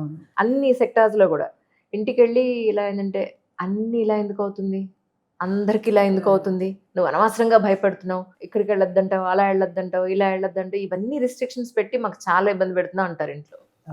బట్ కానీ మన భయం నిజంగా ఉంటుందండి, అబ్సల్యూట్లీ ఉంటుంది. ఎందుకంటే చెప్పి రావు కదా ఏవిను. అంటే ఈ సీట్లో కూర్చుండేంత వరకు ప్రపంచాన్ని చూసింది వేరు, నేను ఇందులోకి వచ్చి కూర్చున్న తర్వాత ప్రపంచాన్ని చూస్తుంది వేరుగా ఉంది. ఆడపిల్లలకు అంటే ఆడపిల్లలని కానివ్వండి మగపిల్లల్ని అని కాదు, సొసైటీని చూసే దృక్పథమే మారింది నాది. మన కంటికి కనబడనివి చాలా జరుగుతూ ఉన్నాయి. మనం ఇదే ప్రపంచం అనుకొని గనక బ్రతికితే చాలా చాలా పొరపాటు చేసిన వాళ్ళం అవుతాం. కరెక్ట్. సో భయంలో ఉండడము అనేది అది మంచిదే, అలర్ట్గా ఉంటుంది. అలర్ట్గా ఉండడం అనేది మంచిదే. అబ్బాయిలున్న తల్లిదండ్రులకి, అమ్మాయిలున్న తల్లిదండ్రులకి, పిల్లలకి ఈ సందర్భంగా మీరు ఏం చెప్పదలుచుకున్నారు? ఎందుకంటే సొసైటీలో ఉన్న ప్రతి సమస్య మీ వరకు వస్తుంది, ఇవన్నీ నిజ జీవితంలో జరుగుతున్న వాస్తవాలు. అవును. సో దాన్ని దృష్టిలో పెట్టుకుని ఏదైనా ఒక మంచి వర్డ్, అండ్ పెద్దల మాట చదిముట అంటారు కాబట్టి, సో దాని గురించి అడుగుతున్నాను. తల్లిదండ్రులందరికీ ఇది మగపిల్లల తల్లిదండ్రుల ఆడపిల్లల తల్లిదండ్రుల అనేది కాదు. మనం పిల్లల్ని పెంచుతున్నప్పుడు కాస్త వాల్యూస్తో పెంచుదాం. రామాయణము మహాభారతం గురించి మనం పదే పదే మాట్లాడుతున్నాము, కానీ ఎంతమంది ఇళ్ళలో రామాయణము మహాభారతం ఉంది? నా వరకే తీసుకుంటే నా ఇంట్లో నేను మహాభారతము రామాయణం ఉందా? ఉన్నా ఎవరు చదువుతున్నారండి? పుస్తకం అది మూల ఉంటుంది తప్ప ఎవరు తీయట్లేదు, ఎవరు చదవట్లేదు. కానీ మన దగ్గర పుస్తకం ఉన్నా లేకపోయినా కానీ స్కూల్స్లో కూడా నాకు తెలిసి కాస్త వీటి గురించి చెప్పాల్సినటువంటి అవసరం ఉన్నది. అంటే దాని ద్వారానే జీవితాన్ని ఎలా మనము ముందుకు వెళ్ళాలి అనేది ఒక పాఠము, గుణపాఠం లాగా అంటే ఒక జీవితాన్ని మనం దాంట్లో నేర్చుకోవచ్చు. కాబట్టి మీ పిల్లల్ని ఎథిక్స్తో పెంచండి. కేవలం ఆడపిల్లలకి మీరు ఇలా ఉండండి, ఇలా ఉండాల్సిన అవసరం ఉంది, ఇలాంటి బట్టలు వేసుకోవాలి, ఇలా మెలగాలి మీరు అని నేర్పిస్తున్నాము. కానీ ఎట్ ద సేమ్ టైం వీళ్ళకన్నా ఎక్కువగా మగపిల్లలకి నేర్పించాల్సిన అవసరం ఉన్నది వాళ్ళ. మనము మీ తల్లిని లేదా మీ అక్క చెల్లెళ్ళని చూసే విధానము ఏ రకంగా ఉంటుందో బయట సమాజంలో ఉన్నటువంటి ప్రతి ఆడపిల్లని, ప్రతి మహిళను మీరు చూసే అటువంటి విధానము అదే రకంగా ఉండాలి. మన ఫ్యామిలీ వరకు వచ్చే వరకు మనం ఒక రకంగా, బయట ఫ్యామిలీ వరకు వచ్చే వరకు ఇంకొక రకంగా ఉన్నప్పుడే మనకి ప్రాబ్లమ్స్ వస్తున్నాయి. కాబట్టి ఖచ్చితంగా ఎథిక్స్ అండ్ మోరల్స్ ఖచ్చితంగా మన లైఫ్లో ఒక భాగం అయిపోయి వాటితో మనం పెంచినప్పుడు ఈ ప్రాబ్లమ్స్ అనేవి ఇంత ఎక్కువగా రావు అనేది ఒక విషయం మనం గమనించాలి. రైట్. తర్వాత ఇంకొక విషయం మనం మర్చిపోతున్నాం ఇక్కడ. ఆడ మగ కలిసి జీవించడము అనేది ఇట్స్ క్వైట్ న్యాచురల్. అది భగవంతుడు కూడా మనం సృష్టించింది అందుకోసం. ఇవాళ సొసైటీలో ఏమవుతుంది అంటే ఏజ్ గ్యాప్ అనేది చాలా ఎక్కువైపోయి, మీరు అన్నట్టుగా అది స్టేటస్ సింబల్ అని కూడా అనరాదు. చాలా వరకు దాంట్లో స్టేటస్ ఉన్న వాళ్ళు, ఒక బాగా ఆర్థికంగా ఉన్న వాళ్ళే కాకుండా ఒక 50 ఏజ్ పెద్దావిడితో 30 ఏజ్ అబ్బాయిలు నేను ఆంటీతో రిలేషన్లో ఉన్నానని గొప్పగా సోషల్ మీడియాలో వచ్చి మాట్లాడుతూ ఉన్నారు. అదేవిధంగా చాలా ఎక్కువ ఏజ్లో ఉన్నటువంటి మగవాళ్లతో చాలా తక్కువ ఏజ్లో ఉన్నటువంటి అమ్మాయిలు వెళ్ళి కలిసి మేము జీవిస్తున్నామని బహిరంగంగా సోషల్ మీడియాలో వచ్చి చెప్తున్నారు. ఆ బంధం ఎంతకాలం వరకు కొనసాగుతుందో మనకు తెలియదు. అది చెప్పరు కదా. అది ఒక 5 years తర్వాతనో 2 years తర్వాతనో లేదా 7 years తర్వాతనో ఆ బంధము అనేది మీరు విడిపోయేటువంటి పరిస్థితులు చాలా ఉన్నప్పుడు ఆ తర్వాత మీరు ఎలాంటి పరిస్థితిలోకి నెట్టబడతారు అది ముందు ఆలోచించండి. అవును. అంతే తప్పించి మనకు ఒక జీవన విధానం అనేది పెట్టారు. అబ్బాయిలు ఒక 2 సంవత్సరాలు 3 సంవత్సరాలు పెద్ద ఉండడము, లేదా అమ్మాయిలు 1 సంవత్సరం 2 సంవత్సరాలు, లేదా ఈక్వల్ ఏజ్. ఎందుకు పెట్టారు అంటే ఒక ఏజ్ అనేది లిమిట్లో మనం గనక జీవనం కొనసాగిస్తే ఆ అండర్స్టాండింగ్ అనేది వేరే ఉంటుంది. కానీ కొన్ని ప్రలోభాల కోసమో లేకపోతే అవసరాల కోసమో మీ జీవితాల్ని మీరు పాడు చేసుకోకండి. ఇవాళ మీకు రైట్ అనిపించింది రేపు రాంగ్ అనిపించవచ్చు. కాబట్టి రేపు రాంగ్ అనిపించేదాన్ని ఇవాళనే రాంగ్గా తీసుకొని రైట్ వేలో మీ లైఫ్ని కొనసాగించండి. ఈ మాట మటుకు ప్రతి ఒక్కరు గుర్తుపెట్టుకోవాల్సిన అవసరం ఉంది. మేబీ మీకు అనిపించవచ్చు, మేడం ఎప్పుడు చూసినా రైట్ రాంగ్ లేదా లేదండి, వీటన్నింటి true. గురించి చాలా ఎక్కువ చెప్తున్నారు. But this is required at this minute. Absolute. సమాజంలో ఇవాళ ఇది బాగా బాగా అవసరమైనటువంటి అంశం కాబట్టి చెప్తున్నాను. Lead in a proper way, ఎథిక్స్తో మోరల్స్తో ప్రాపర్ వేలో మీ లైఫ్ని చక్కదిద్దుకోండి తప్పించి చిన్న చిన్న వాటి కోసము జీవితాలను పాడు చేసుకోకండి, తొందరపడకండి జీవితంలో. దట్స్ అమేజింగ్ అండి, that's amazing. Such a wonderful conversation. ఇది లేట్ అయినా లేటెస్ట్గా వచ్చామని సో 1.5 year లేట్ అయినా కూడా చాలా మంచి కాన్వర్జేషన్ అయింది. Thank you so much once again ma'am. ఏమైనప్పటికీ ఉమెన్ కమిషన్ని విమెన్ అంతా కూడా ఉపయోగించుకోవాలి. ఎందుకంటే కంప్లైంట్ చేయడానికే రాని కండిషన్స్ ఉన్నాయి ఇప్పటికీ కూడా. అమ్మో పెడితే ఏమైపోతుందో, మన పరువు ఏమవుతుందో అన్న పాయింట్లోనే ఉన్నారు ఇంకా. సో ఆ సిచ్యువేషన్ నుంచి బయటకు రావాలని నిజంగా మనస్ఫూర్తిగా కోరుకుంటున్నాను. అండ్ మోర్ ఓవర్ విమెన్ చదువుకుంటున్నారు, ఉద్యోగాలు చేస్తున్నారు. ఎవరో అన్నారు పెద్దన, ఇంత చేసినంత అడ్జస్ట్మెంట్ అవ్వడం మాత్రం మర్చిపోతున్నారు అందరూ అని. Right. సో ఇండిపెండెంట్గా ఉండడం అని అంటే అడ్జస్ట్ అయ్యి ఉండకపోవడం అనేది కాదు అని అన్నారు. సో ఇలాంటి కేసులు కూడా మీరు చూసుంటారు మోస్ట్ ప్రాబ్లీ. అవును, అడ్జస్ట్మెంట్ అనేది మెయిన్గా రీజన్ అవుతా ఉంది విడిపోవడానికి. ఇద్దరు కాస్త అడ్జస్ట్ అవ్వాలి. మగవాళ్ళకి ఏముంటుంది, మహిళలే అడ్జస్ట్ అవ్వాలని. మహిళలకి ఏముంటుంది, మేము 80% అడ్జస్ట్ అయినప్పుడు వాళ్ళు ఒక 40% అడ్జస్ట్ అవ్వలేరా, ఇక్కడ ఇష్యూ వస్తూ ఉంది. తర్వాత ఇంకొక ఇష్యూ మీ ద్వారా చెప్పాలనుకుంటున్నాను. చాలా మందికి మేడం డైరెక్ట్గా కలవడం లేదు అనే అసంతృప్తి గనక ఉంటే వెరీ సారీ. ప్రతి ఒక్కరిని నేను డైరెక్ట్గా కలవాలి అని అంటే నేను కేసెస్ రిజాల్వ్ చేయడం నాకు చాలా ఇబ్బందికరంగా ఉంటుంది. కాబట్టి చాలామంది నాకు ఇన్స్టాలో కానివ్వండి, ఫేస్బుక్లో కానివ్వండి నన్ను ట్యాగ్ చేస్తూ ఉన్నారు, ఇష్యూ నాకు పంపిస్తూ ఉన్నారు. కానీ ప్రతి ఒక్కరికి నేను ప్లీజ్ అప్రోచ్ ఆఫీస్ అనేటువంటి మెసేజ్ పెడుతున్నాను. ఎందుకు అంటే ఆఫీస్కి వచ్చి కేసుని రిజిస్టర్ చేసుకోవాల్సిన అవసరం చాలా ఉంది. అండ్ ప్రతి కేసు ఒక లీగల్ అడ్వైజర్ అని విని అతను నాకు మ్యామ్ ఇది ఇష్యూ, ఒక మా సెక్షన్ ఆఫీసర్ లీగల్ అడ్వైజర్ ముందుగా విన్న తర్వాత మ్యామ్ ఇది కేసు అన్నప్పుడు మేము హియరింగ్కి పిలవడం అనేది జరుగుతుంది, నోటీస్ ఇష్యూ చేయడం అనేది జరుగుతుంది. అండ్ మేము ప్రతి కేసుని కూర్చొని డిస్కస్ చేస్తాం ఇది ఎలా రిజాల్వ్ చేద్దామని. సో ఆ పాయింట్ వరకు ప్లీజ్ మీరు ఆఫీస్కి వచ్చి వాళ్ళతో మాట్లాడితే నేను ఒక కేసుకి బదులుగా 100 కేసెస్ సాల్వ్ చేసేటువంటి పరిస్థితి ఉంది. కానీ మిమ్మల్ని కలిసి మీతో మాట్లాడితే కానీ సాటిస్ఫాక్షన్ రాదు కదా, అదే విషయం. సో అంటే ఒక కేసు మనం సరే పర్లేదు కలుద్దాము అనుకుంటే ఒక 5 నిమిషాల్లో 10 నిమిషాల్లో అయిపోదు అనమాట. డే 1 వాళ్ళ లైఫ్ లో జరిగిన దగ్గర నుండి నా దగ్గరకు వచ్చే వరకు జరిగిన ప్రతి ఎవ్రీడే అంశం నన్ను వినాలి అనే వరకు అది చాలా కష్టం. డేలో నేను 2 కేసెస్ కూడా వినలేకపోతున్నాను. సో ఇది ఖచ్చితంగా ప్రతి ఒక్కరికి అసంతృప్తి ఉంటది. కాబట్టి కావాలని నేను మీ టాపిక్ తేకపోయినా నేనే చెప్తున్నాను, ప్లీజ్ మీరు ఆఫీస్కి రండి. ఆఫీసర్స్ ఎవరైతే ఉన్నారో వాళ్ళతో మీరు డిస్కస్ చేసిన తర్వాత వాళ్ళు పూర్తి ఇష్యూ మీకు 5 గంటలు వింటారండి. మా వాళ్ళు టోటల్ ఇష్యూస్ విన్న తర్వాత మ్యామ్ ఇది కేస్ అని చెప్పి పాయింట్ వైజ్ తీసుకొస్తారు. పాయింట్ వైజ్ గా చెప్పిన తర్వాత మేము అప్పుడు డిసైడ్ చేస్తున్నాం ఏం చేయాలని. అప్పుడు నాకు ఏమవుతుందంటే టైం సేవ్ అవుతుంది. ఒక కేసు రిజాల్వ్ చేసే టైంలో నేను ఒక 50 కేసెస్ రిజాల్వ్ చేయగలుగుతాను. సో ఇదొక్కటి మాత్రం ప్రతి ఒక్కరు దృష్టిలో పెట్టుకోవాల్సినటువంటి అవసరం ఉంది. ఇంకొకటి అండి, నేను ఎక్కువ సొసైటీలో చూస్తుంది ఏంటంటే, నేను మగవాడిని కాబట్టి నేను ఎంతమందితోనే తిరగచ్చు, ఎన్ని పెళ్ళిళ్ళైనా చేసుకోవచ్చు. మరి అదే పాయింట్లో విమెన్ అని అనుకుంటే మరి ఇల్లు పిల్లలు ఇదంతా ఎవరు చూసుకుంటారు? మరి విమెన్ నిజంగా మెన్లా ఆలోచిస్తే నాకు పిల్లలు వద్దు, ఇల్లు వద్దు, ఈ క్లీనింగ్ వద్దు, ఏమీ వద్దు, వంట చేయను, వెంట చేయను, ఏమీ చేయను, నా ఎంటర్టైన్మెంట్ నేనే చూసుకుంటా అన్నప్పుడు ఇంకా అసలు వ్యవస్థ ఎక్కడ ఉంది చెప్పండి? కుటుంబ వ్యవస్థ ఏమైపోతుంది అప్పుడు? ఇలా కేసెస్ చాలా ఎక్కువ వస్తున్నాయి మా దగ్గర. డివోర్స్ అవ్వకుండానే రెండో పెళ్లి చేసుకుంటున్నారు, రెండో వైఫ్తో కలిసి ఉంటున్నారు, పిల్లల్ని కంటున్నారు. ఆ తర్వాత మొదటి వైఫ్ ఏం చేయాలో అర్థం కాక, అబ్బాయిల కంటేనేమో రెండో పెళ్ళైనా మూడో పెళ్ళైనా ఈజీ అవుతుంది.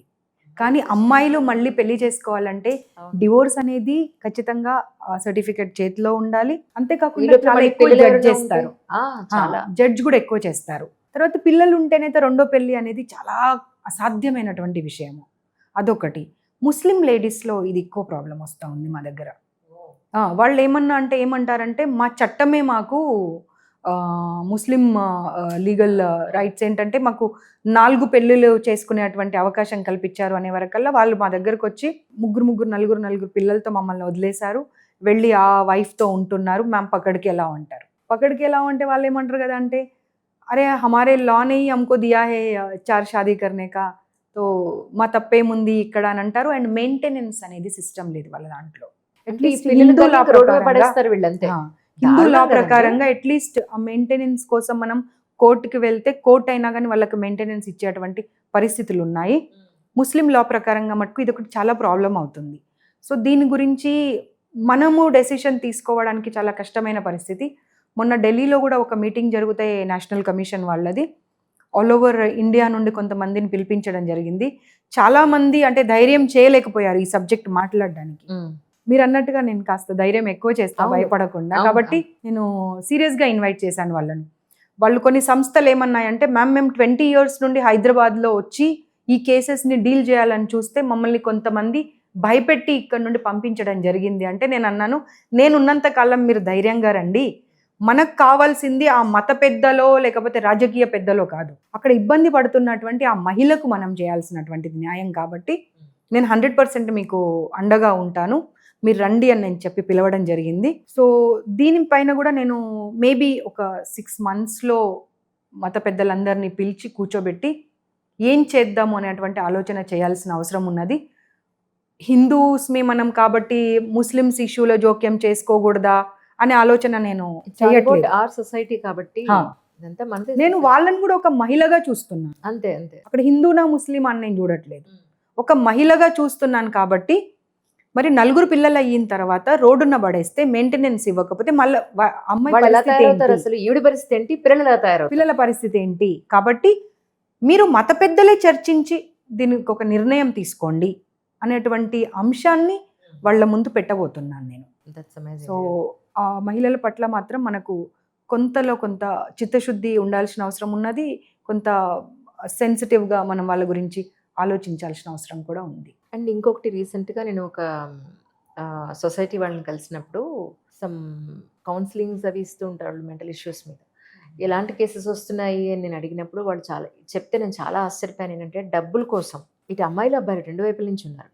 డబ్బు కోసం ఎవరో డబ్బు ఉన్న వాళ్ళని వీళ్ళు పట్టుకోవడం, వీళ్ళ అవసరాలన్నీ తీర్చుకోవడం, వాళ్ళ అవసరాలు తీర్చుకోవడం, ఇది సొసైటీలో చాలా కామన్గా అయిపోయింది. ఏంటంటే ఈ డబ్బు ఎక్కడి నుంచి వస్తుంది, కష్టపడకుండా ఒక రూపాయి మనకి రాకూడదు, మనం కష్టపడి ఒక రూపాయి సంపాదించాలనే ఇలాంటి ఎథిక్స్ అండ్ మోరల్స్ ఏవైతే ఉన్నాయో అది ప్రతి ఫ్యామిలీలో ఇన్కల్కేట్ చేయాల్సిన అవసరం ఎంతైనా ఉందనిపించింది నాకైతే. చాలా అవసరం ఉంది అది.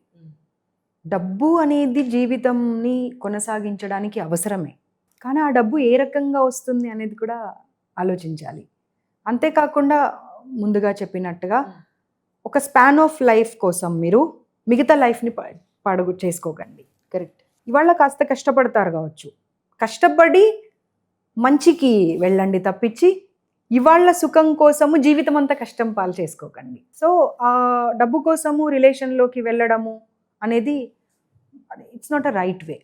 ఆ తర్వాత ఇక వాళ్ళ పర్సనల్ చాయిస్, కాబట్టి పర్సనల్ చాయిస్ ఉన్నప్పుడు మనం ఇంటర్ఫియర్ కాకూడదు. నిజం నిజం. ఇన్స్టాగ్రామ్లో మొత్తానికి డైరెక్ట్గా మీ నెంబరే పెట్టారు, దానికి కారణం అంటే ఏం చెప్తారు? యాక్చువల్గా బిగినింగ్లో నేను పెట్టింది హాస్టల్లో ఉన్న పిల్లల కోసం పెట్టాను.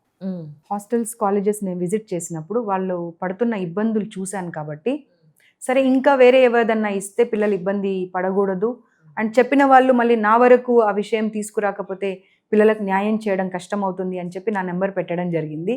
కానీ ఇవాళ మళ్ళీ దాన్ని మార్చి హెల్ప్ లైన్ నంబర్స్ అన్నీ ఇవ్వాలనేటువంటి ఆలోచన చేస్తున్నాను. ఎందుకంటే అందరికీ నేను రిప్లై ఇవ్వాలంటే Correct. సాధ్యం కష్టం. కావట్లేదు. చాలా కష్టం. ఎందుకంటే మార్నింగ్ కల్లా చూసేవరకు ఇన్స్టాలో దాదాపుగా ఒక 100 మెసేజెస్ ఉంటున్నాయి. ప్రతి ఒక్కరికి ఆఫీస్కి రండి అని చెప్తే కూడా మళ్ళీ ఒక డిస్కషన్ లాగా స్టార్ట్ చేస్తారు. ఎవరిని వచ్చి కలవాలి మ్యామ్, ఏం చేయాలి మ్యామ్, అవును, ఎట్లా అవును. చేయాలి మ్యామ్, ఇవన్నీ. అవును. సో ఒక్కొక్క వ్యక్తికి నేను సమాధానం ఇచ్చుకుంటూ వెళ్ళాలి చాలా అంటే కష్టం. నాకు నిజంగా ఆ కష్టతరంగా ఫోన్ ఉంది. పట్టుకుంటేనే మనకి డే అయిపోతుంది. కాబట్టి ఆ హెల్ప్ లైన్ నంబర్స్ అనేవి సోషల్ మీడియా త్రూ కానివ్వండి, మీలాంటి వాళ్ళ త్రూ కానివ్వండి, అన్ని హెల్ప్ లైన్ నంబర్స్ మీకు కూడా ఇప్పుడు ఇస్తాను, మీరు కూడా డిస్ప్లే చేయండి. Sure అండి, ఈ sure. మధ్య కాలంలో ఈనాడులో కూడా మేము ఇచ్చాము.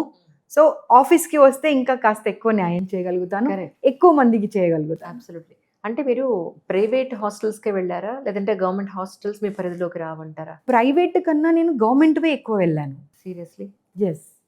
కానీ సోషల్ మీడియాలో ఎక్కువ ప్రైవేట్ స్కూల్ కాలేజెస్ వచ్చాయి. ప్రైవేట్ ఎక్కువ వచ్చాయి. లేదు, వీటికన్నా ఇవి 2 వెళ్తే అవి ఒక 10-20 వెళ్ళాను. ఓహో, అసలు నేను స్టార్ట్ చేసింది కేజీబీవీ హాస్టల్స్ నుండి. ఓకే. సో ఆల్మోస్ట్ ప్రతి కేజీబీవీ హాస్టల్స్ వెళ్ళాను నేను. అక్కడ ఫుడ్ నుండి మొదలు పెట్టుకొని అక్కడ వసతులు ఎలా ఉన్నాయి ఏంటి అన్నీ చూశాను. అసలు అక్కడ ఏమైనా లోపాలు ఉంటే కూడా అక్కడ కన్సర్న్ కలెక్టర్ గారికి చెప్పడము, అవి బాగు చేయించాలనే ప్రయత్నం చేయడం చేశాం. కానీ ఇక సోషల్ మీడియాలో ఏంటంటే ఎక్కువ ఈ వేరే సంస్థల గురించే వాళ్ళు చూపించడం ద్వారా అందరు ఏమనుకుంటున్నారంటే లేదు ఒకసారి ట్విట్టర్ అండ్ నాది ఇన్స్టా కనుక ఓపెన్ చేసి కాస్త తీరికగా చూస్తే ప్రైవేట్ కన్నా ఎక్కువ గవర్నమెంట్వే వెళ్ళాను. ఈ ప్రైవేట్వి కూడా నేను ఏదో కావాలని వెళ్ళింది కాదు. దాదాపుగా ఒక 5,000 కంప్లైంట్స్ వచ్చాయి. 5,000, నాట్ 500 or 50, ఒక 5,000 కంప్లైంట్స్ వచ్చాయి. సో అందుకోసమని ఇప్పుడు రాత్రి కాల్ చేసి ఏడ్చేస్తూ ఉన్నారు పిల్లలు. ఎవరో ఒక పేరెంట్ వస్తారు, ఆ పేరెంట్ దగ్గర నుండి ఫోన్ చేసి మ్యామ్ ఇలా ఇలా ఇలా ఇలా ఉంది హాస్టల్లో అని చెప్పి ఏడ్చేస్తున్నారు. అప్పుడు నేను వెళ్ళాలా వద్దా? కరెక్ట్. నాకు డైరెక్ట్ టార్గెట్ అంటూ ఏం ఉండదు కదా. నేను పిల్లల కోసం వెళ్ళాను, వాళ్ళు చెప్పిన ప్రాబ్లం కోసం వెళ్ళాను. అవును, అన్నీ రికార్డెడ్ ఉన్నాయి ఇక్కడ. మీరు తినాలి అంటే నేను ఎలా తింటానండి అంటుంది ఆవిడ వీడియోలో. అంటే ఎంత నిస్సిగ్గుగా అవునండి ఉంటాయి కొన్నిసార్లు అన్నది ఆవిడ. అది ఎంత తప్పు చెప్పండి. మ్యామ్ పొరపాటు జరిగిపోయింది కావచ్చు అన్నది వేరు. అవునండి అప్పుడప్పుడు ఉంటాయి అంటే ఆవిడ ఏమనుకున్నట్టుంది, మిగతా వాళ్ళలాగా ఏదో కొంత డబ్బు ఆశపడి ఈవిడ వచ్చినట్టుంది, ఆ డబ్బు కాస్త ఈవిడకి ఇచ్చేస్తే ఏమో వెళ్ళిపోతుంది, లేదు నేను ఓపెన్గా చెప్తాను అని ఆవిడ భావించి ఉంటుంది. అదే కానీ నేనేంటో వాళ్ళకి తెలియదు కదా. ఇంకా కొన్ని రోజులైతే వాళ్ళకి తెలుస్తుంది. డబ్బు కోసమో దేనికోసమో ప్రలోభాలకి వెళ్ళేటువంటి వ్యక్తిత్వం ఉంటే ఇంత ధైర్యంగా ఇక్కడ కూర్చొని ఈ మాటలన్నీ చెప్పను నేను. ఎవరైనా తప్పిపోయి డబ్బుకి లొంగుతుంది ఈ మనిషి అనుకుంటే మాత్రం చాలా చాలా తప్పు చేస్తున్నారు, చాలా పొరపాటు చేస్తున్నారు. పిల్లలు బాగుండడమే నాకు కావాల్సింది. నాకు సాధ్యమైనంత వరకు వాళ్ళకి న్యాయం చేయడమే నాకు కావాల్సింది తప్పించి నేను ఎవరు ఇచ్చే మంచినీళ్ళు కాదు కదా. టీ కాఫీ నాకు ఎలాగో అలవాట్లేదు కాబట్టి వాళ్ళు ఇచ్చే మంచినీళ్ళు కూడా నాకు అవసరం లేదు. కానీ ఫస్ట్ మీరు వెళ్ళిన స్కూల్ ఆర్ కాలేజ్ అంటే ఏం చెప్తారండి? మీరు సీట్లోకి వచ్చిన తర్వాత? సీట్లోకి వచ్చినప్పుడు గవర్నమెంట్వే వెళ్ళానండి. అవునా? ఎక్కడెక్కడ? హైదరాబాద్లో? ఆదిలాబాద్లో వెళ్ళాను, ఆసిఫాబాద్లో వెళ్ళాను, కరీంనగర్లో వెళ్ళాను. ఎలా ఉన్నాయి అక్కడ పరిస్థితులు అంటే ఏం చెప్తారు? దీని గురించి కూడా కొంచెం చర్చ జరగాల్సిన అవసరం ఉన్నది సొసైటీలో. ఇప్పుడు దీంట్లో గవర్నమెంట్ విషయానికి వచ్చే వరకు 2-3 అంశాలు ఉంటాయండి. గవర్నమెంట్ ఫండ్స్ అలొకేట్ చేస్తుందా లేదే అంశం ఒకటి. గవర్నమెంట్ ఫండ్స్ అలొకేట్ చేసిన తర్వాత కూడా మీ దగ్గర ఉన్నటువంటి ఆఫీసర్స్ కానివ్వండి, సిబ్బంది కానివ్వండి, ఇంప్లిమెంటేషన్ కరెక్ట్గా చేస్తున్నారా అనేది రెండో అంశం. అబ్సల్యూట్లీ. సో గవర్నమెంట్ ఫండ్స్ ఇవ్వనప్పుడు మనం గవర్నమెంట్ని బ్లేమ్ చేద్దాం, గవర్నమెంట్ నుండి ఎందుకు ఫండ్స్ రావట్లేదు అని. కానీ మీకు ఒక ఆఫీసర్ని ఇచ్చినప్పుడు, అక్కడ సిబ్బందిని ఇచ్చినప్పుడు బాగోగులు చూసుకోవడానికి, అక్కడ ఫుడ్ పాయిజన్ జరిగినా కానీ, అక్కడ టాయిలెట్స్ నీట్గా లేకపోయినా, క్లాస్ రూమ్స్ నీట్గా లేకపోయినా, హాస్టల్ రూమ్స్ నీట్గా లేకపోయినా కానీ బాధ్యత ఎవరిది? ఇన్ఛార్జెస్దే కదా. కరెక్ట్. సో ఇన్ఛార్జెస్ చేసేటువంటి మిస్టేక్స్ని ప్రభుత్వం పైకి, కమిషన్స్ పైకి, మిగతా వాళ్ళ పైకి తీసుకురావకూడదు మనం. కరెక్ట్. సో ఇది మళ్ళీ గవర్నమెంటే వచ్చి ప్రతిదీ చూడాలి, ఒక సీఎం గారో లేకపోతే ఇంకెవరో వచ్చి చూడాలి అంటే ఇంపాసిబుల్. డీసెంట్రలైజ్డ్ సిస్టమ్ అనేది ఒకటి మనం ఎందుకు పెట్టుకున్నాం ఇవాళ దేశంలో? హైరార్కీ ఒకటి ఉంటుంది. ఎవరు చేసే పనులు వాళ్ళు చేయాలి. వాళ్ళు పనులు చేసే బాధ్యతని పైన ఉన్న వాళ్ళు తీసుకుంటారు. సో అలా జరగనప్పుడు మాత్రం ఇమీడియట్గా సస్పెండ్ చేయాల్సినటువంటి అవసరం ఉన్నది. సో నేను చూసినంత వరకు ఏంటంటే అక్కడ ఉన్నటువంటి ప్రిన్సిపల్ కానివ్వండి, ఎవరైతే మన వార్డన్ ఉన్నారో వాళ్ళు కానివ్వండి, మెస్ ఇన్ఛార్జెస్ కానివ్వండి, పనిచేసే వాళ్ళు కానివ్వండి, కాస్త మానవత్వం ఉండి అరే ఈ పిల్లలు కూడా మన పిల్లలు లాంటి వాళ్ళే అనుకున్న వాళ్ళ దగ్గర చాలా హ్యాపీగా ఉన్నారండి పిల్లలు. చిన్న ఎగ్జాంపుల్, నిన్న వెళ్ళినటువంటి ఉస్మానియా బిఎస్సి క్యాంపస్ది చెప్తాను. అవునా? ఓహో. యూనివర్సిటీలో ప్రాబ్లం అయింది కదా మొన్న. అవును. సో సరే దాంతో పాటుగా ఇవి కూడా ఒకసారి చూసుకుంటూ వెళ్దామని చెప్పి కోటి ఉమెన్స్ కాలేజ్లో ముందుగా వెళ్ళిపోయాను నేను. అసలు ఎవరికి ఇన్ఫర్మేషన్ లేదు నేను వస్తున్నానని చెప్పి. సడన్గా వెళ్ళిపోతే జూనియర్ లెక్చరర్స్, ఇన్ఛార్జ్ వార్డన్స్ వాళ్ళంతా ఉన్నారు. నేను ఎవరా అనేది ముందు అర్థం కాలేదు.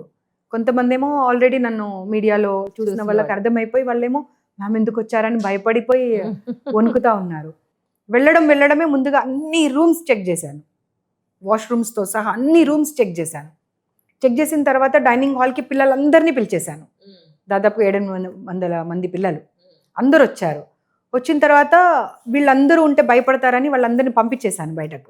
రైట్. పంపించేసి పిల్లల్ని అడిగితే పిల్లలు ఏమన్నారు, మ్యామ్ మేము అసలు ఇంటికి వెళ్ళాలనే ఆలోచన కూడా చేయం, మేము అంత హ్యాపీగా ఉన్నాం మ్యామ్ ఇక్కడ. That's so nice. ఎందుకంటే ఒక టీంని ఏర్పాటు చేసుకున్నారు వాళ్ళు 8 మెంబర్స్తోని, ఆడపిల్లలు. వాళ్ళే కిచెన్లోకి వచ్చే అటువంటి ఇంగ్రీడియంట్స్, సరుకులు కానివ్వండి, అవి క్వాలిటీ ఏ వస్తున్నాయి ఏంటి చూసుకోవడం, రోజు వంట ఏం జరుగుతుంది, ఆంటీ వాళ్ళు ఎలా చేస్తున్నారు అన్ని చూసుకోవడము. They are so happy.